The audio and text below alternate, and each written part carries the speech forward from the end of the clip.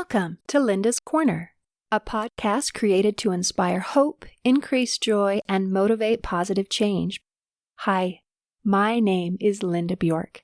I'm an author, teacher, speaker, blogger, and founder and executive director of Hope for Healing, which is a nonprofit charity designed to help alleviate symptoms of depression and anxiety, relieve stress, build confidence and self-esteem, and heal relationships. You can learn more by visiting our website at hopeforhealingfoundation.org. For today's episode, I'm going to share a segment from one of my books called Crushed. If you're joining us for the first time, I would suggest that you start at the first podcast, since stories tend to make more sense when you read them, or listen to them, in order from the beginning to the end. Chapter 8, The Retreat, Day 1. The next 3 days were akin to drinking out of a fire hose. There was so much information that although I was taking notes as fast as I could, I knew that I didn't understand most of it enough to be able to apply it. I'll share a few highlights here, and then go into more detail later on as I actually started to put them into action. Suzanne began by sharing her story of how she met and fell in love with her handsome husband, but soon after their marriage, a series of events and miscommunications built walls between them. They were committed to staying together, but neither felt safe or understood by the other. Other life events compounded her burden.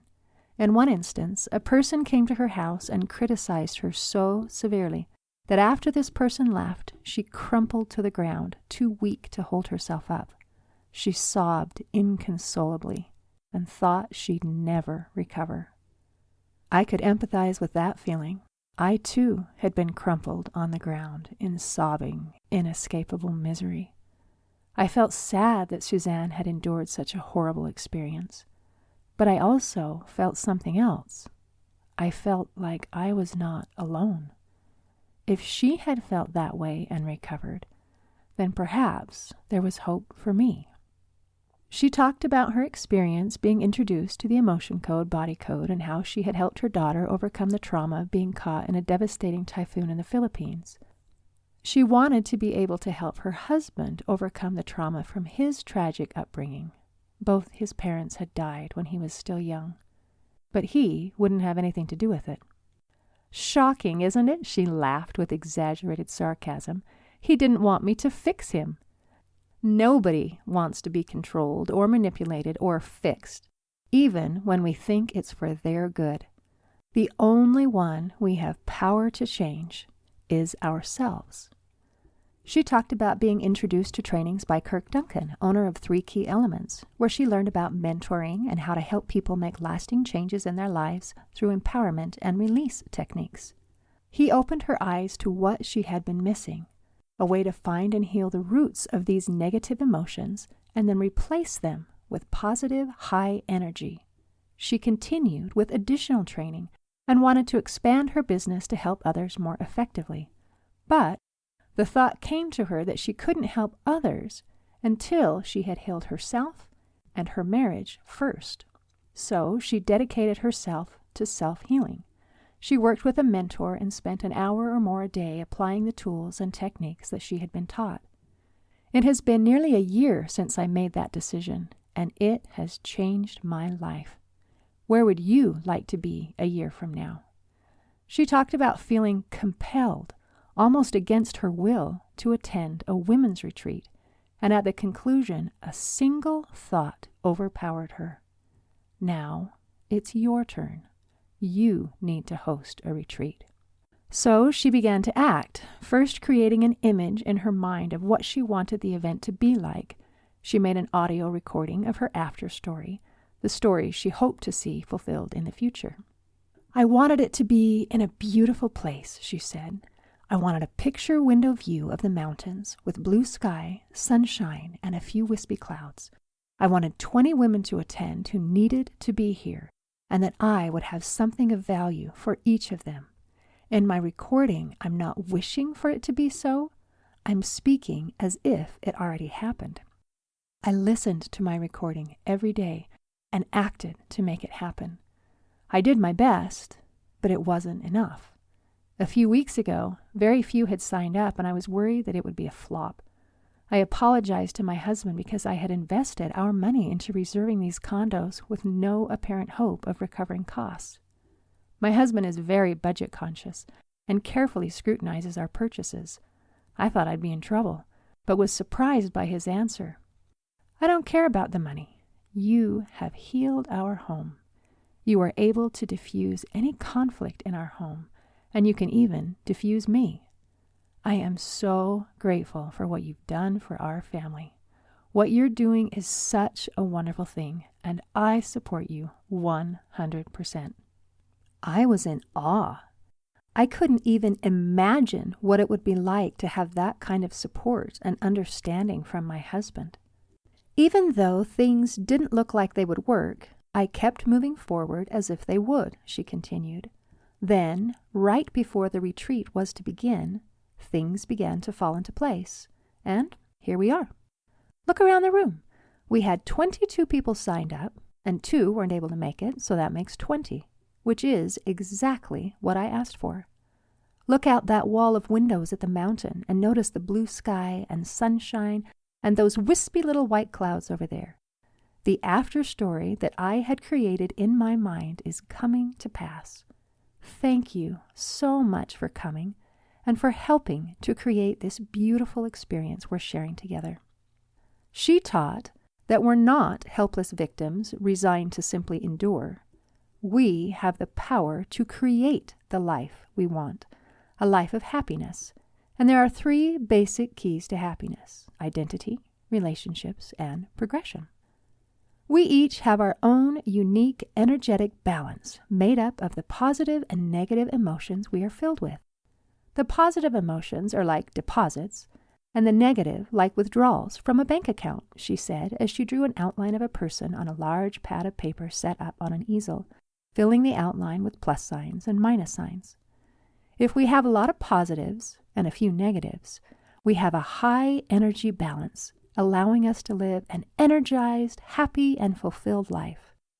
If we have a low level of positives with a lot of negatives, we are left with a low energy balance that leaves us feeling low self-esteem, depressed, and drained.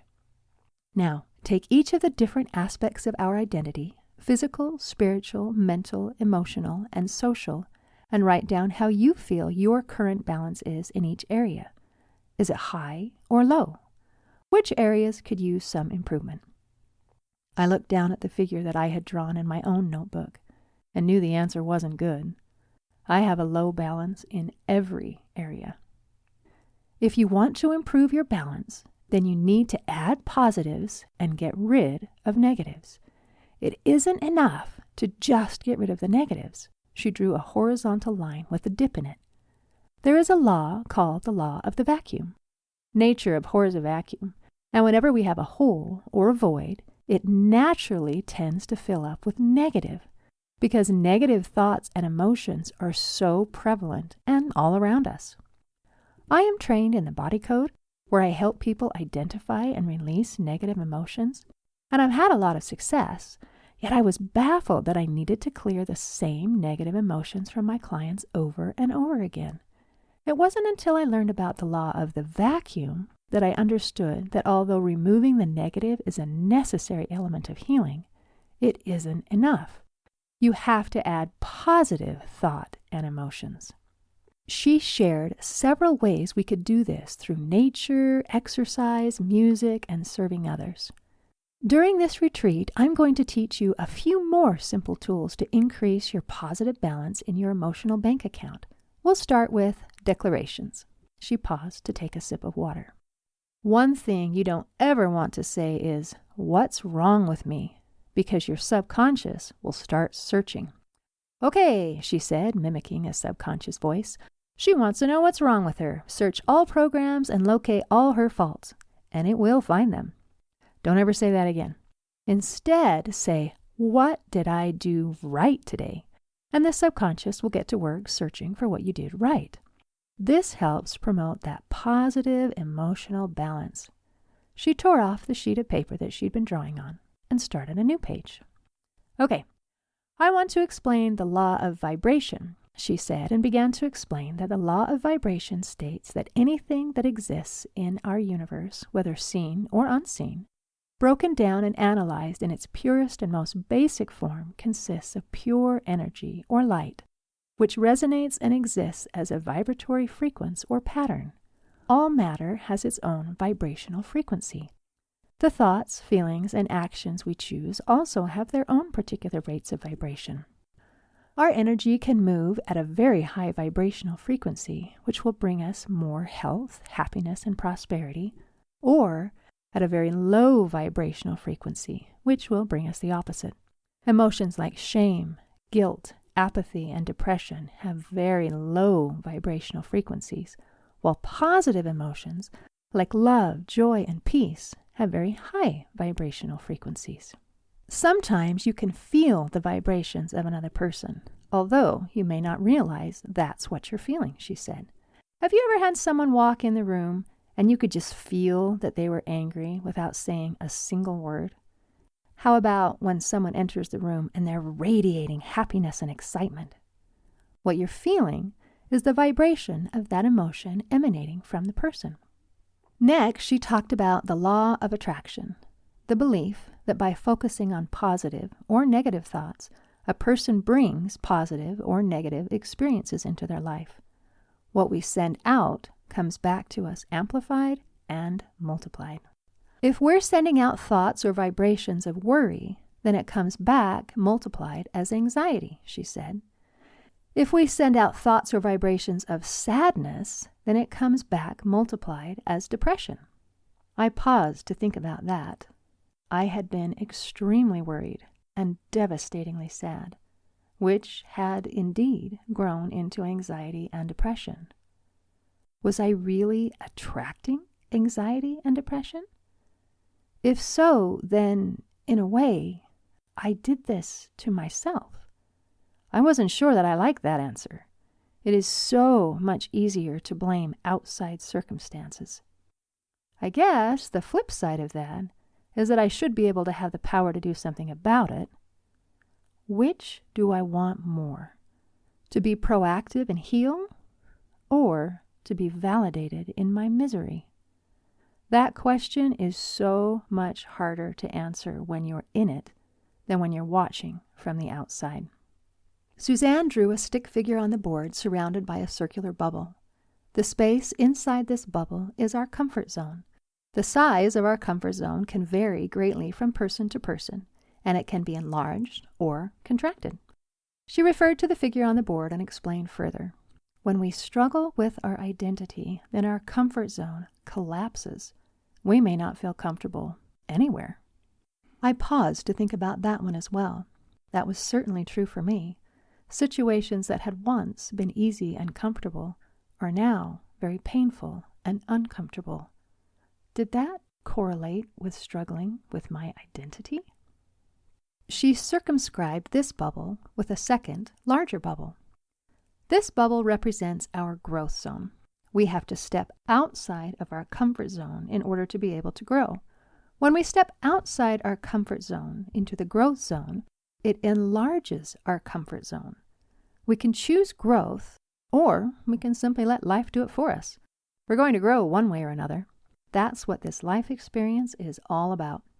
She compared it to a boat without a motor, rudder, or sails being tossed and blown by the wind and the waves. The current and the waves may take us to our destination eventually, but how much better it is when we participate in the steering and propulsion. She took the comparison to another level by suggesting that instead of being tossed as a rudderless boat, we could be flying to our destination in a jet plane. Now, let's talk about how to increase the energy balance of each different aspect of our identity: physical, spiritual, mental, emotional, and social. We're going to begin with our physical identity, she said.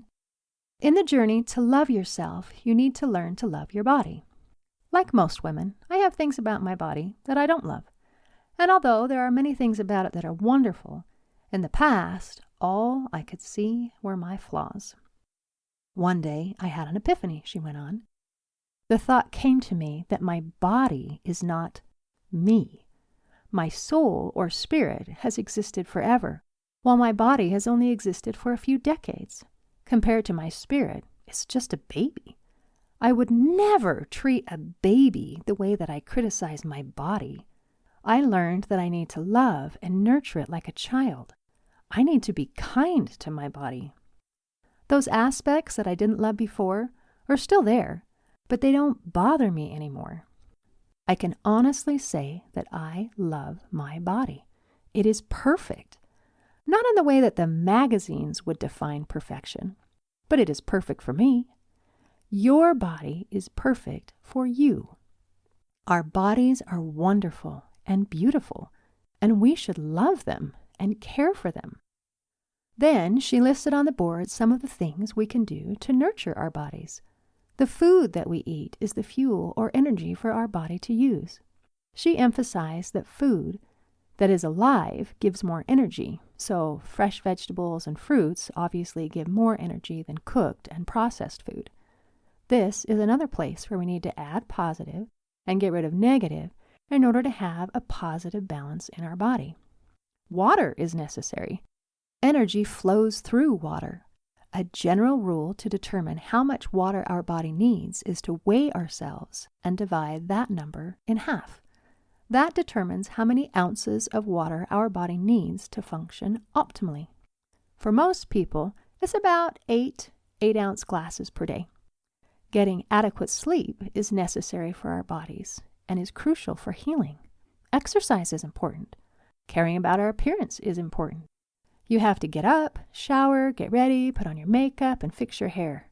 It matters. It affects the way you feel, she emphasized. Another thing we can do to nurture our body is by releasing negative energies. This can be done through the body code, but you can do it yourself through writing letters to your body and then writing your body's response back. You can write to your body in general or to specific parts. Write until you can't think of anything else to say, and then move the pen to the next line and wait. Ideas will come to your mind. Just write them down. This is your body's response. We're going to try that now. Take out a piece of paper. I'll give you a few minutes to write whatever you feel about your body. She played soft music while giving us time to write. Chapter 9. Body Shame. My letter began, "Dear Body, I'm not sure where to begin. I'd like to thank you for sight. I'm thankful to be able to see the beauties of nature and to be able to see my family. I am thankful for my eyes." I continued with gratitude for the senses and everything else I could think of, but the time ran out before I finished, and I certainly didn't have time to write my body's response. Later that day, after classes were over, the ladies wanted to socialize in the hot tub. The condo has a beautiful series of hot tubs, all of varying temperatures, connected by waterfalls. I purposefully had not brought a swimming suit because I had no intention of socializing. But when I declined, explaining that I hadn't brought a suit, my mother undermined my plan by saying that she had brought an extra and offered it to me. I felt the peer pressure to join, but to say that the borrowed suit was unflattering on me is an understatement of epic proportion. I wanted to hide and disappear. It was not a relaxing soak for me at all. When I felt a reasonable amount of time had passed not to cause offense, I quickly wrapped up in a towel and headed back to my room. After I dried, I grabbed my notebook with my unfinished letter to my body and scribbled, "I got in the hot tub today with the ladies, and I was so ashamed of you. Why do you need to be so fat?" I had tried to be positive in my letter, but I guess my true feelings about my body are very negative. I had a long way to go to love my body. Was that really possible? After talking about the physical aspects of identity, Suzanne moved to the spiritual aspects of identity. She talked about the principles of agency and accountability. Agency is choice, and it is the power to create the life we want. She drew a series of concentric circles on the board. In the center circle, she wrote self and God. When we're establishing our identity, we have a tendency to compare ourselves with others. But in order to have a solid foundation of self-worth, it really needs to start with our relationship with God. We can't look sideways for our identity. We need to look up, she explained. We need this basis in order to love ourselves in a healthy way, not prideful, but with a sincere contentment that we are children of God and that He loves us. With that foundation of self-worth, we are free to love ourselves without reservation. Once we love ourselves, then we are free to love others as children of God, she said, pointing to that center circle. Then she wrote on the next layers of circles: family, friends, neighbors, mankind. We need to make sure our lives are centered on the inner circle, like clay on a potter's wheel. And then we are able to keep the other relationships healthy and balanced. We need to first love ourselves. Then we are better able to spread that love to our family, friends, neighbors, and all mankind. She asked us to write 3 questions in our notebooks and gave us a few minutes to answer them. 1. What are my thoughts about myself and my relationship to God? 2. What are my thoughts about God? 3. What are my thoughts about what God thinks of me? I didn't want to write anything. Me and God weren't on good terms. My answers mostly included that I felt insignificant to Him and that He feels indifferent towards me. Then she said that our relationship with God is based on our thinking. Shocker, I thought angrily. That's my fault too. Just put it on my tab. Then she gave suggestions and tools to improve our spiritual identity and our relationship with God. As with every aspect of identity, we need to remove the negative and add positive. In order to remove the negative, she suggested that we have a complete conversation or energetic conversation with God, or higher power if you're more comfortable with that. I didn't quite understand what a complete conversation or energetic conversation meant. It was something about having a conversation with God and telling Him how you feel, dumping everything and then saying sorry and apologizing for feeling that way and asking for forgiveness. She assured us that doing this won't offend God since it's done with the intent to heal. The complete conversation also helps in adding positive since it includes asking for forgiveness. Other things to add positive include writing a gratitude journal. She challenged us to write 100 things that we're grateful for. She also recommended meditation and prayer and gave us a tool to get more out of our scripture reading. She called it Scripture Instant Messaging. Scripture Instant Messaging includes writing down a question and saying a prayer before beginning to read. Then looking for answers to that question as you read the scriptures. The answer may be in the words on the page or themes, or simply thoughts that come to your mind as you read. I had mixed feelings as I listened, since I had tried some of those things in the past with mixed results. In particular, I had tried writing a gratitude journal, writing a list of 5 things I was grateful for each night before going to bed. It started out okay, but it was in the midst of this experiment that my first personal earthquake hit. I can look in my gratitude journal and see the exact date of my last entry, May 31st, 2012. The following day, as my world shattered, I couldn't think of anything to be grateful for. I never wrote in it again. Now, unfortunately, I associated my gratitude journal with my world falling apart. I was trying so hard to be good and to do good, and this is what happens? The thought of that experience just fueled my anger towards God. This whole spiritual identity thing, trying to reestablish a relationship with God, was going to be a tough one for me. Thanks for listening. I hope you enjoyed this section of the book.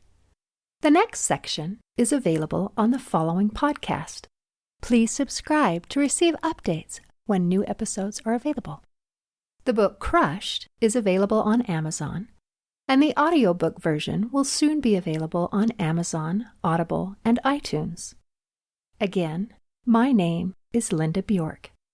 You can find more information by searching for Linda Bjork Hope for Healing, Linda Bjork Two Good Things, and Linda Bjork Innovative Joy. In closing, I'd like to leave you with an inspirational quote by Henry Nouwen. Joy does not simply happen to us. We have to choose joy and keep choosing it every day. I hope that today you choose joy. See you next time on Linda's Corner.